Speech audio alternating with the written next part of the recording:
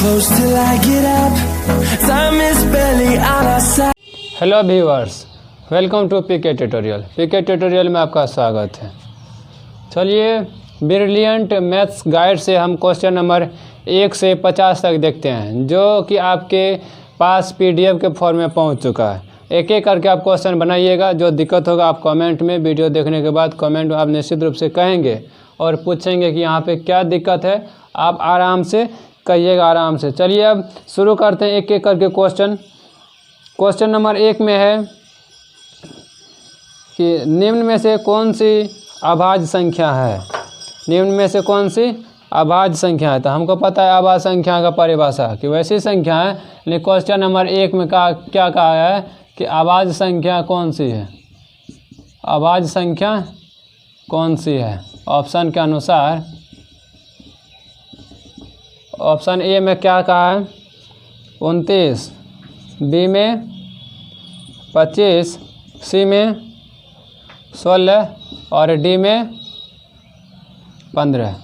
बताइए इनमें से कौन सी संख्या क्या है अभाज्य है। तो ऑप्शन में ए बी सी डी में देखिए, अभाज्य संख्या का परिभाषा हमको पता है कि वैसी संख्या जो एक और स्वयं के अलावा किसी तीसरी संख्या से विभाजित ना हो। तो वैसी संख्या क्या कहलाती है, तो अभाज्य संख्या कहलाती है। यानी आपका ऑप्शन ए हो जाएगा अभाज्य संख्या, क्योंकि आप 29 को सिर्फ 1 और 29 के अलावा किसी तीसरे संख्या से भागा नहीं लगा सकते हैं। ठीक।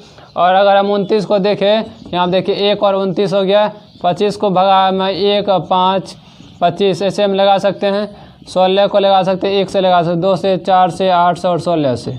ठीक। 15 को लगा सकते हैं 1 और 3 और 5 से। इतने तरीक़ा से हम लगा सकते हैं। अब देखिए अभाज्य संख्या का वैसा परिभाषा है कि वैसी संख्या जो एक और स्वयं के अलावा किसी तीसरे से नहीं भाग लगे। तो यानी एक और स्वयं के अलावा कहीं तीसरा आपको दिख रहा है, नहीं दिख रहा है, तो यानी आपका ऑप्शन ये सही है।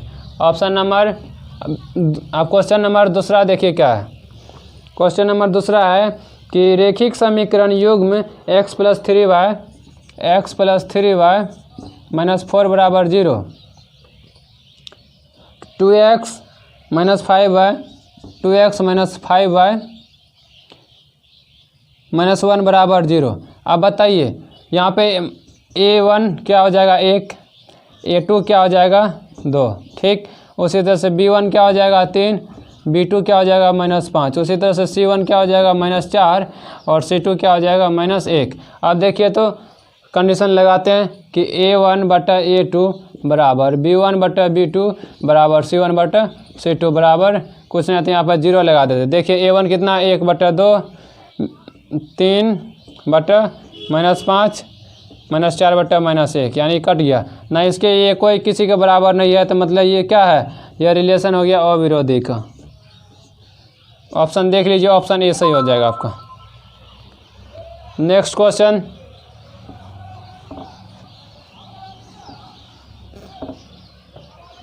क्वेश्चन नंबर 3 की ओर बढ़े। क्वेश्चन नंबर 3 की ओर क्या है। क्वेश्चन नंबर 3 में का यहाँ पे है कि यदि किसी समांतर श्रेणी का छठा और 12वां पद, तो छठा पद a और 6 बराबर कितना दे दिया है, छठा और 12वां पद। छठा पद है 13, तो इसको हम लिख सकते हैं a + 5d 13। इसको समीकरण 1 मान लेते हैं। उसी तरह से क्या है 12वां पद a 12 बराबर क्या दे दिया है 25, तो a + 11d हो जाएगा ये 25। समीकरण 1 और 2 से कीजिए from equation first and second. तो a + 5d बराबर 13 और a + 11d बराबर 25 घटा दीजिए, कट गया। ये 5d में से 11d घटेगा तो माइनस में होगा 6d। उसी तरह से 13 में से 25 घटेगा तो माइनस में होगा 12।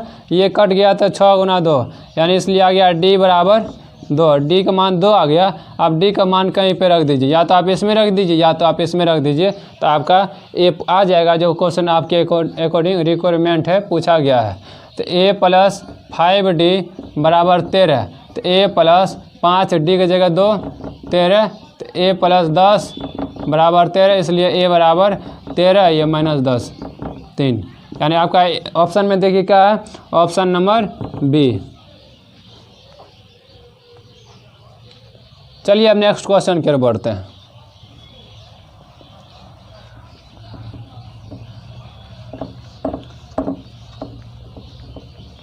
नेक्स्ट क्वेश्चन की ओर बढ़ते हैं। क्वेश्चन नंबर 4 क्या है, निम्न में से कौन सा अपरिमेय नहीं है, यानी ऑप्शन के अकॉर्डिंग कहा रहा है क्या, √64/81 बी में है, ये हो गया ए, बी में हो गया 2√3, सी में हो गया √21/35, डी में हो गया √3/2। अब देखिए इसमें से पूछ रहा है बताइए कौन अपरिमेय नहीं है। इस क्वेश्चन के अकॉर्डिंग पूछ रहा है अपरिमेय नहीं है। अपरिमेय नहीं है मतलब क्या, परिमेय है। तो परिमेय किसको बोलेंगे, जो P/Q के रूप में लिखा जाएगा और हमारा हर जो है वह 0 नहीं होगा, वैसी संख्या को हम परिमेय संख्या कहते हैं। अब देखिए एक ऑप्शन ए नंबर में देखिए क्या निकालते हैं, √64/81। इसका अगर देखिएगा तो ये हो जाएगा आपका परफेक्ट स्क्वायर रूट 8 हो जाएगा, √64 का स्क्वायर रूट हो जाएगा 8 और इसका ये हो जाएगा, यानी कि आप P/Q के रूप में लिख सकते हैं। तो यही आ गया आपका आंसर। और जहाँ पे आपका हर जो यानी Q जो है इसको आप ऐसे भी लिख सकते हैं P/Q, और ये देखिए Q 0 नहीं है। हाँ चलिए अब क्वेश्चन नंबर 5 की ओर। कार्तीय तल में किसी स्थित किसी बिंदु 3, -4 के कोटि का मान बताइए। इसमें बताइए कोटि का मान क्या होगा, कोटि का मान क्या होगा इसमें। तो हमको पता है कि x वाले को भुज कहते हैं, y वाले को कोटि कहते हैं। सीधा आंसर आपका हो जाएगा y = -4, यानी y एक्सिस को हम कोटि के नाम से जानते हैं, यानी आपका ये आंसर सही हो जाएगा। अब ऑप्शन -4 देखिए कहाँ है, ऑप्शन ए। नेक्स्ट क्वेश्चन बढ़ते हैं 6ठा क्वेश्चन की ओर, क्वेश्चन नंबर 6 की ओर।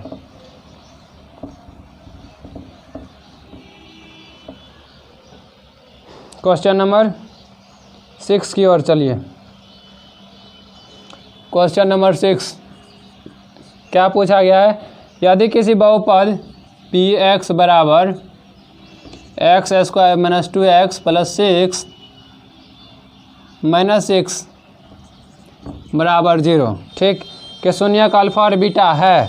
तो शून्य का अल्फा इंटू बीटा बराबर, तो अल्फा इंटू बीटा बराबर हमको फॉर्मूला पता है -b/a होता है, ठीक।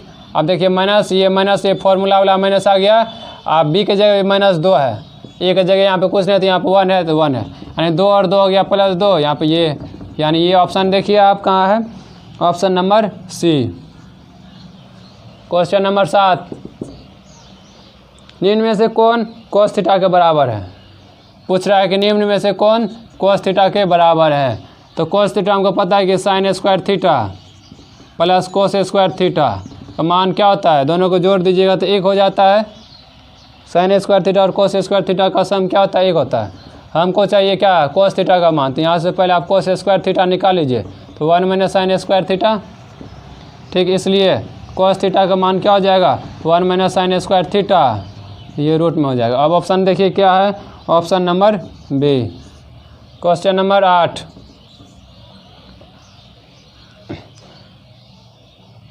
तीन 5 4 3 2 3 1 3 का बहुलक बताइए। 3 5 4 3 2 3 1 3 का बहुलक बताइए। इसमें से बताइए बहुलक क्या होता है, जो ज़्यादा से ज़्यादा संख्या बार में रिपीट होता है, जो ज़्यादा से ज़्यादा चांसेस है आने का। तो इसमें बताइए कौन सा डाटा आपको दिख रहा होगा जो ज़्यादा बार रिपीट हुआ है। 1 2 3 4, यानी 3 आपको 4 बार दिख रहा है, यानी आपका आंसर हो जाएगा 3। ऑप्शन के अकॉर्डिंग देखिए क्या है, डी। क्वेश्चन नंबर 9,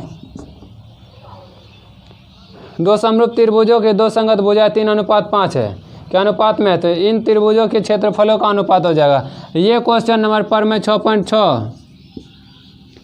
6.6 का रिलेशन लेके चल रहा है ये। अब इस क्वेश्चन के अकॉर्डिंग चलिए, तो क्या है बताया कि दो संगत भुजाएं का अनुपात कितना है, 3:5 है। तो इसका क्षेत्रफल वो बता देता है पर में 6.6। अगर किसी दो त्रिभुज समरूप है, तो अगर दोनों के समानुपाती या अनुपातिक राशि जो भी कुछ दिया होगा, जैसे यहाँ पर 3:5 दिया है, तो उसका जो अनुपातिक राशि है वह उसके क्षेत्रफल के वर्ग के बराबर हो जाता है। यानी उसका जो क्षेत्रफल होता है वह अनुपातिक राशि के वर्ग के बराबर हो जाता है। तो यही 3:5 वर्ग के बराबर हो जाता है। तो ये हो गया 9:15 25। ये देखिए ऑप्शन आपको कहाँ जा, ऑप्शन क्या है यहाँ पे, ऑप्शन है ए।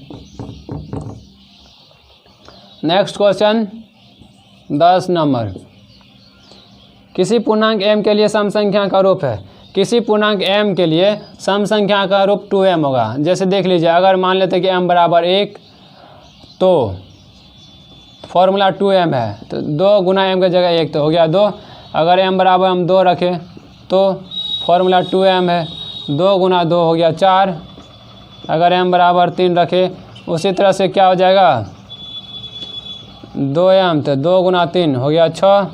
उसी तरह से देखिए आपको क्या है 2, 4 और 6, अगर आप ऐसे रखते जाइएगा मान m का मान, तो आपको मान आगे आता रहेगा। तो देख लीजिए जो भी संख्या यहाँ पे दिख रही है वो सभी संख्या सम संख्या ही है। ठीक, और नेक्स्ट क्वेश्चन की ओर बढ़ते हैं।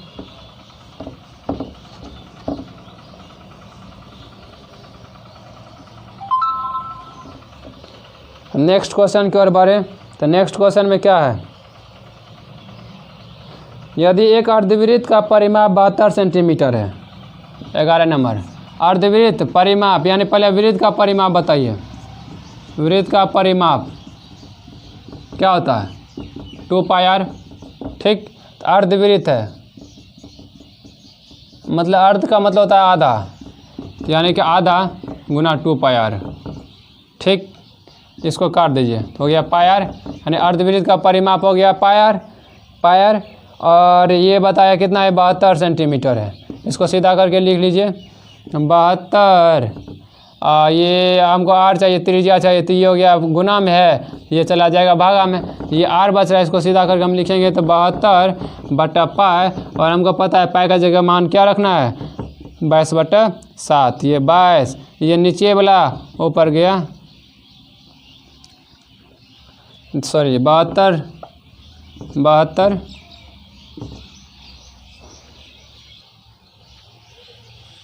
22 बटा 7। ठीक,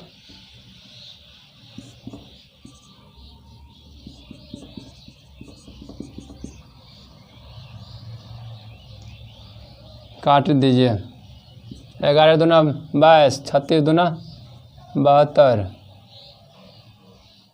और किधर आ गया इसको आप सॉल्व कीजिए तो 11 दूना 22, 36 दूना 72, 36। अब देखिए इसको गुना करते हैं, 36 गुना 7 भागा 11 तो हो गया 7 छः के 42 के 2, 4 बच रहा है 7 21 25 11, लगभग 23 के आसपास आ जाएगा ही।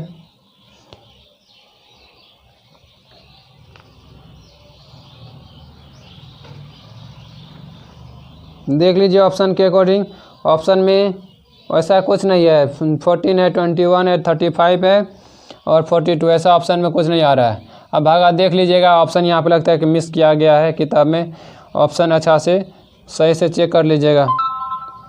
तो यहाँ पे भागा दे के देख लीजिएगा, नहीं आएगा तो कोई बात नहीं, नेक्स्ट क्वेश्चन की ओर बढ़ते हैं। लगता है यहाँ पे ऑप्शन मिस किया है इस क्वेश्चन के अनुसार।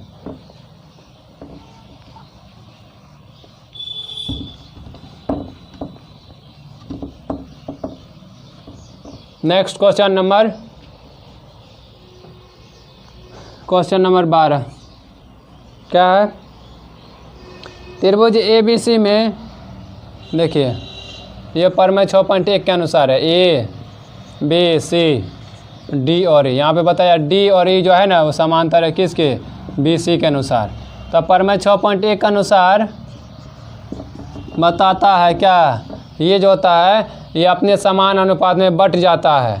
जब किसी त्रिभुज को सामने की दो भुजा के बगल में, यानी कि जब किसी त्रिभुज के सामने की वाली दो भुजा के मध्य में कहीं भी दो बिंदु को मिलाने वाले एक रेखाखंड खींचा जा रहा है, अगर वह रेखाखंड नीचे वाले या सामने वाले आधार के समान यानी कि समांतर हो जाती है, तो वह परमेय 6.1 के अनुसार वह आपस में जो भुजा हो जाता है वह समान अनुपात में बढ़ जाता है, मतलब समानुपाती हो जाता है, या बोलते हैं आप उसी को क्या, वो समान अनुपात में बढ़ जाता है, मतलब इस तरह से बढ़ जाता है। AD बटा DB AE बटा EC। आप देखिए तो AD और DB का मान क्या है, AD बटा DB का मान 3/5 दे दिया है, और यहाँ पे ए बराबर 4.8 दे दिया तो इसी का मान पूछ रहा है। चलिए अब कोना कोनी गुना कर दीजिए तो 3 इसी बराबर 5 गुना 4.8, इसलिए हमको चाहिए इसी का मान। तो 5 गुना 4.8 भागा 3, इसको काट दिए 1.6, यानी हो गया 5 गुना 1.6 हो गया 8.0, यानी ऑप्शन में देखिए 8 कहाँ है, option number C. Next question, question number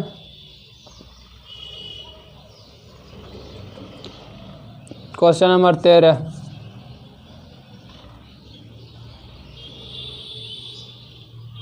sorry ये क्वेश्चन नंबर 13 ही है, एक बीच में क्वेश्चन छूट गया है 12 नंबर का, अभी 12 नंबर का बताते हैं।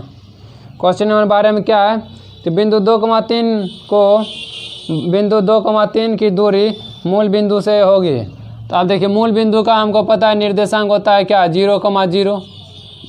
ये होता है क्या, मूल बिंदु का निर्देशांक।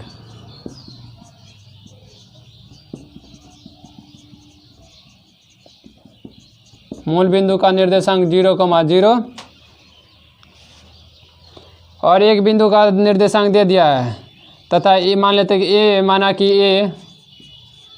माना कि ए बिंदु का निर्देशांक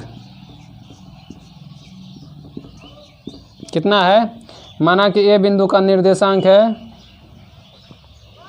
कितना दे दिया है 2,3। तो बताइए 2,3 दे दिया है, तो अब तो यहाँ से मूल बिंदु से दूरी निकाले थे। दूरी सूत्र हमको पता है क्या होता है, दूरी सूत्र ओ ए बराबर, यहाँ पे ये ओ है मूल बिंदु, ये ए, तो x2 माइनस x1 का whole square plus y2 minus y1 का होल स्क्वायर। तो x2 2 माइनस 0 का होल स्क्वायर प्लस 3 माइनस 0 का होल स्क्वायर। तो 2 का स्क्वायर हो गया 4 प्लस 3 का स्क्वायर 9, यानी √13। देखिए ऑप्शन में क्या है, option number C. Next question की ओर बढ़ते हैं।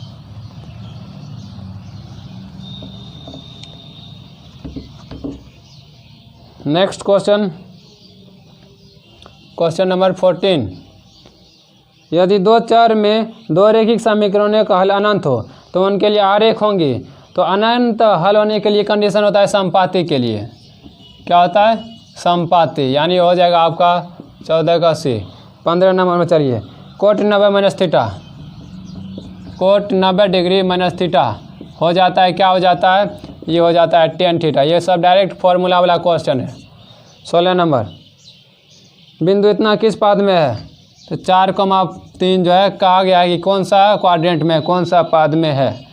अब तो देखिए यहाँ भी प्लस यहाँ भी प्लस, यानी हमको पता है कि प्रथम पाद में दोनों x और y दोनों क्या हो जाता है, x और y दोनों हो जाता है फर्स्ट क्वाड्रेंट में, पॉजिटिव भी होता है, तो हम कह देंगे ये क्या है, प्रथम पाद में। ऐसे करके आप समझ सकते हैं, ऐसे करके ये plus plus minus plus plus minus minus comma minus. चलिए अब नेक्स्ट क्वेश्चन की ओर बढ़ते हैं। किसी भी तरह का अगर कोई सॉल्यूशन में कोई देखने में या लिखावट में या किसी भी तरह का दिक्कत हो, आप निश्चित रूप से कमेंट करेंगे आप, और अच्छे से क्वेश्चन को देखेंगे, एकदम अच्छे से क्वेश्चन बनाएंगे, ताकि आपका कोई भी क्वेश्चन कोई भी चैप्टर से छूटे नहीं और आपका मैथ का जो भूत है वह भाग जाए। बिंदु इतना और इतना मिलाने वाले रेखाखंड के मध्य बिंदु। 17 नंबर में देखिए, ए के बिंदु का निर्देशांक कितना दे दिया, मान लेते हैं कि ए का निर्देशांक दे दिया -2,3, बी का निर्देशांक दे दिया कितना 4,1। तो मध्य बिंदु का सूत्र a + b/2, उसी तरह से x1 + x2/2, y1 + y2/2, -2 + 4/2, 3 + 1/2 हो गया -1,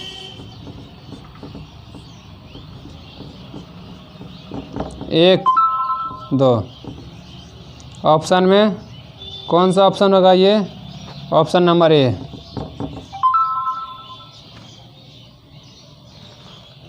ऑप्शन नंबर ए।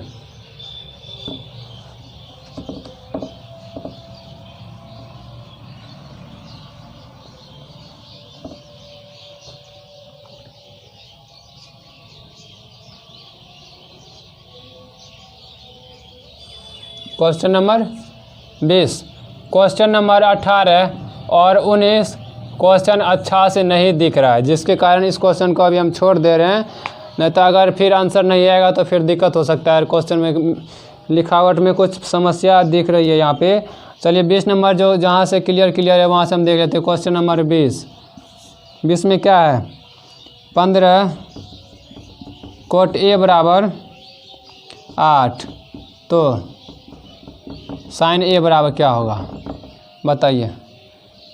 कोनो बात नहीं, ABC कोट ए बराबर 8/15। कोट थीटा क्या होता है, tan थीटा लंब बटे आधार, तो ये हो गया आधार बटे लंब, यानी इसी को लिखिए आप आधार बटे लंब। ए के अनुसार आधार ये, लंब ये। अब कर्ण निकाल लेते हैं, AC हो जाता है क्या, लंब के स्क्वायर माइनस आधार के स्क्वायर। लंब कितना है, 15 का स्क्वायर है। ओ सॉरी, यहाँ पे हम कर्ण निकाल रहे हैं, ध्यान दीजिए यहाँ पे, तो दोनों का योग हो जाएगा ना। हो गया कितना, 225 प्लस 8 का स्क्वायर 64, 5 4 9 8 2, ये हो गया 289, यानी इसका वर्गमूल आ गया 17। अब हमको चाहिए कौन चीज़ का मान, अब हमको चाहिए साइन ए का मान। तो साइन ए का मान में क्या होता है, अब देखिए ये आ गया कितना, 17 आ गया। अब साइन ए के जगह पे हमको पता है लंब बटा कर्ण होता है, तो लंब कितना है, ए के सामने का लंब 15, कर्ण कितना है 17, ये आपका आंसर होगा 15/17। अब देखिए ऑप्शन में कहाँ है, ऑप्शन नंबर ए। अब नेक्स्ट क्वेश्चन,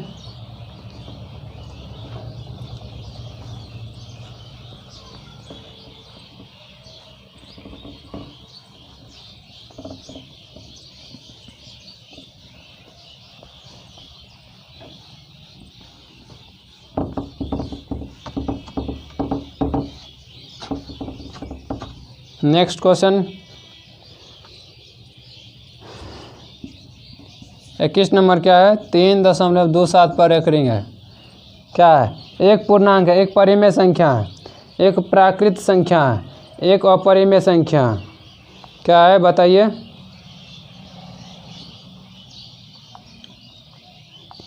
क्या क्वेश्चन में 21 नंबर में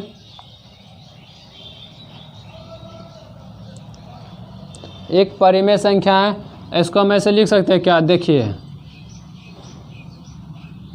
क्या है,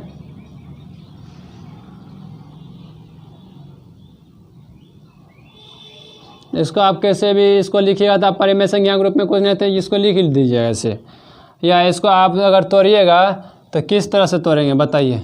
ये 327 माइनस 2 भागा 100 माइनस 1, 325/99। इस तरह से देखिए तो ये P/Q हो गया ना, इस तरह से हम लिख सकते हैं, ये परिमेय संख्या के रूप में लिख सकते हैं इसको।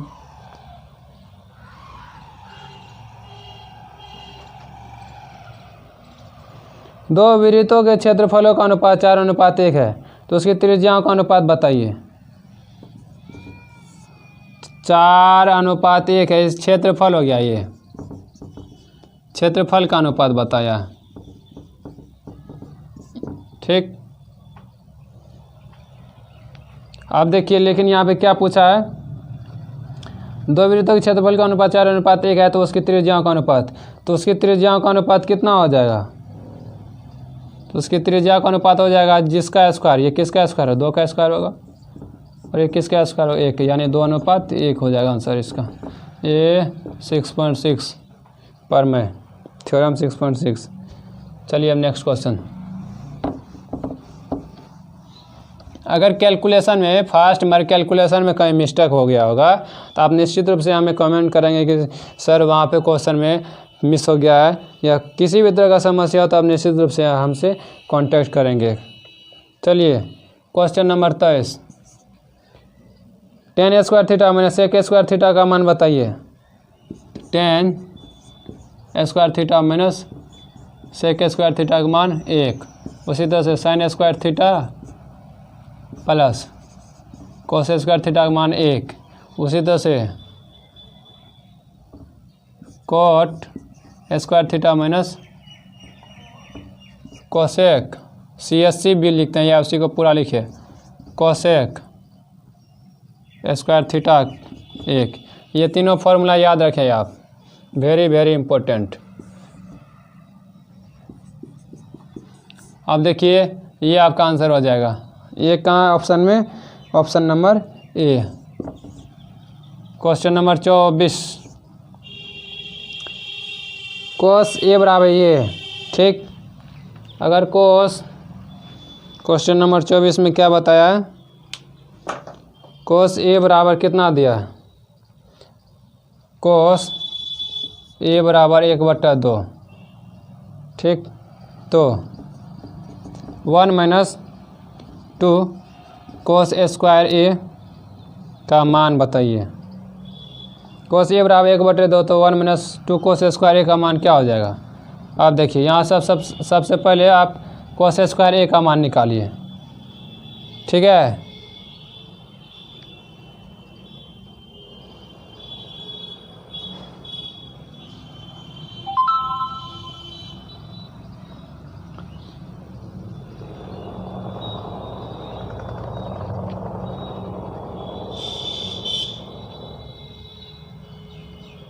देखिए अब एक हम शॉर्ट ट्रिक से बनाते हैं। 1 - 2 का 2 कोस स्क्वायर है, तो कोस ए तो कोस स्क्वायर ए, तो 1/2 का स्क्वायर।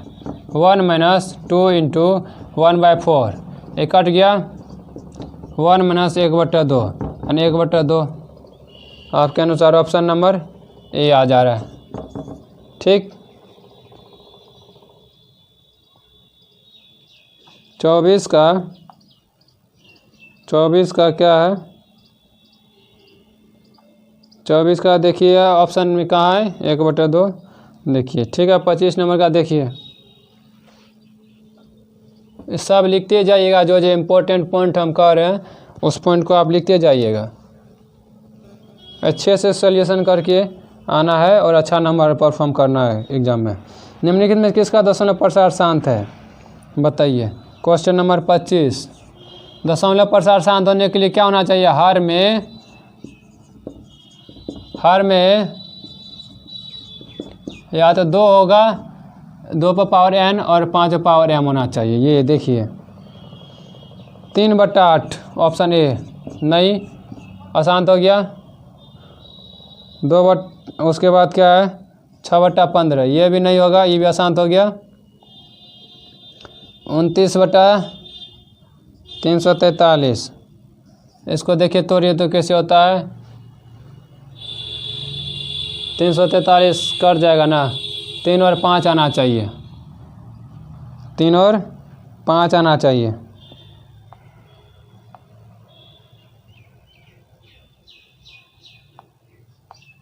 कितना है? 3 और 5। क्या है क्वेश्चन में? 3 और निम्नलिखित किसका दशमलव प्रसार शांत है? शांत के लिए क्या होता है? 2 या 5 होना चाहिए।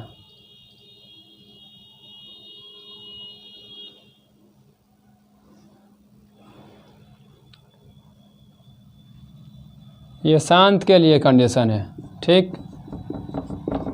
और अशांत के लिए इसके अलावा कोई भी आ जाए।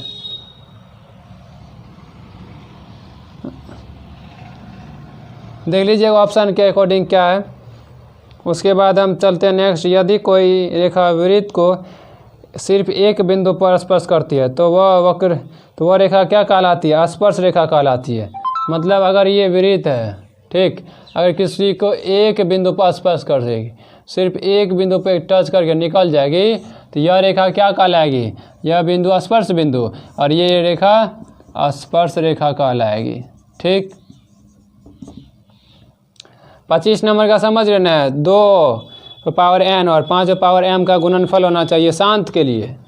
अब देख लीजिएगा ऑप्शन के अकॉर्डिंग कौन शांत होगा कौन अशांत होगा। ये सब क्वेश्चन में ज़्यादा टाइम नहीं लगाते हुए अच्छा क्वेश्चन को नज़र में रखते हुए हम आगे की ओर बढ़ते हैं। चलिए क्वेश्चन नंबर 27 की ओर बढ़ते हैं।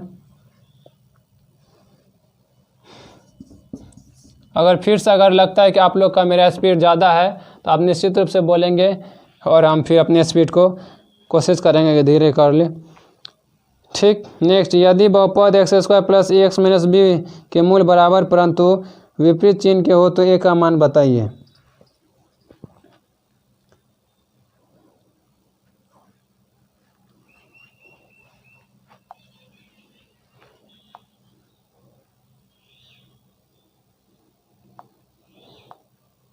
क्या है क्वेश्चन?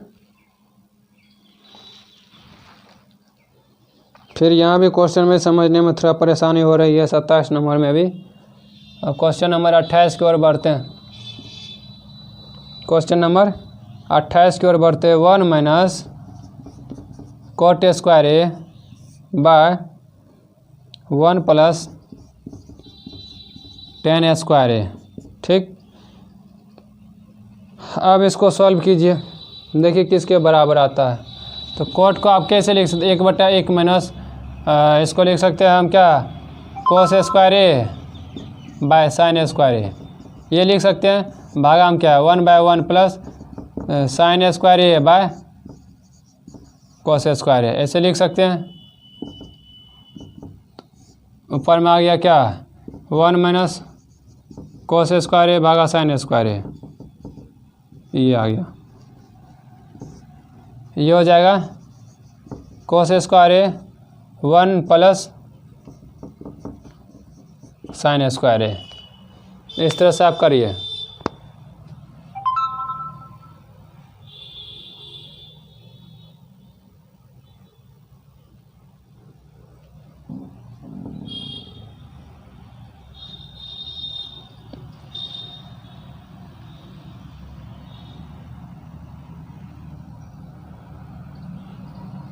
सॉल्व कीजिए, क्या आता है। 1 माइनस कोस स्क्वायर, ये हो जाएगा साइन स्क्वायर ए भागा साइन स्क्वायर ए। ठीक, 1 प्लस साइन स्क्वायर ए,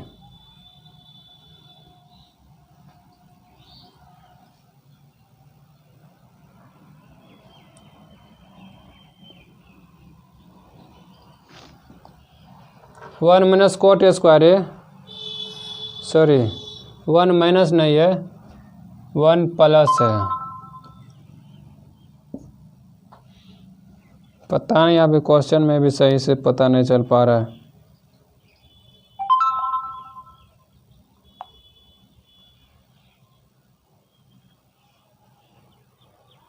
चलिए व्यूअर्स, आज के इस लेक्चर में यहीं तक देखते हैं। क्वेश्चन नंबर 28 तक आया है। क्वेश्चन नंबर, चलिए क्वेश्चन नंबर हम 1 से लेकर मान लेते हैं कि 25 तक कंप्लीट कर दिए।